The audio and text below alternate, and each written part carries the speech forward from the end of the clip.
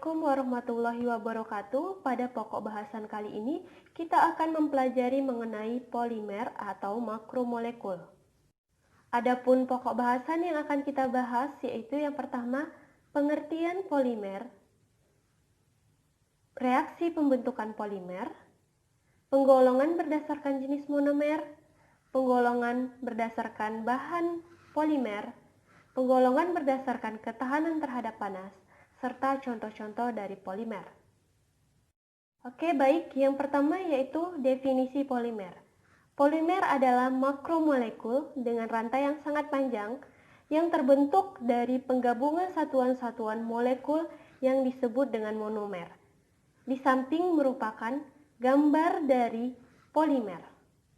Polimer dibentuk melalui reaksi pembentukan polimer yaitu polimerisasi, di mana polimerisasi adalah reaksi penggabungan dari beberapa monomer. Reaksi ini dibagi menjadi dua. Yang pertama ada polimer adisi, di mana monomer harus memiliki ikatan rangkap antara C rangkap 2 dengan C. Kemudian pada proses reaksi tidak ada molekul yang hilang. Contohnya yaitu poliesterina yang dapat berwujud seperti karet ban, dan polietena yaitu plastik. Kemudian yang kedua yaitu polimer kondensasi, di mana monomer memiliki gugus fungsi OH, COOH, atau NH3. Pada proses reaksi ada molekul yang dilepaskan. Kemudian contoh dari polimer kondensasi yaitu nilon dan melamin. Selanjutnya akan dibahas mengenai penggolongan polimer.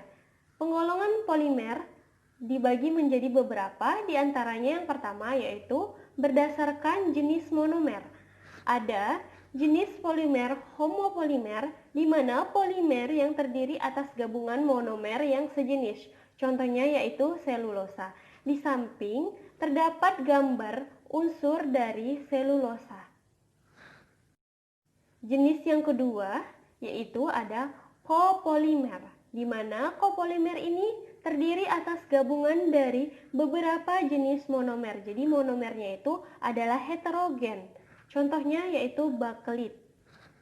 Untuk penggolongan polimer yang berikutnya yaitu penggolongan berdasarkan bahan polimer. Ada penggolongan berdasarkan bahan polimer ini terdiri atas polimer anorganik yaitu polimer alami yang terbagi menjadi jenis clay, ada bata, semen, dan tembikar. Kemudian ada polimer sintetik, contohnya yaitu serat. Dapat disaksikan pada gambar di samping, terdapat beberapa contoh serat-serat alami, misalnya pada kapas dan lain sebagainya. Untuk jenis yang berikutnya yaitu polimer dengan jenis polimer organik, di mana polimer ini merupakan polimer alami. Contohnya adalah polisakarida, protein, dan polisoprena. Kemudian ada polimer sintetiknya, contohnya yaitu plastik dan fiber. Nah, pada gambar di samping ini merupakan contoh fiber yang berasal dari polimer alami, serat-serat bahan makanan yang dapat diperoleh dari bahan hewani dan bahan nabati. Untuk penggolongan berdasarkan ketahanan terhadap panas, polimer digolongkan menjadi polimer termostat dan polimer termoplas, di mana polimer termostat merupakan polimer yang hanya dapat dipanaskan satu kali pada proses pembuatannya dan bila pecah tidak dapat digabungkan kembali. Jadi yang perlu digarisbawahi pada polimer termoset, polimernya hanya dipanaskan satu kali. Untuk contohnya yaitu bakelit dan melamin.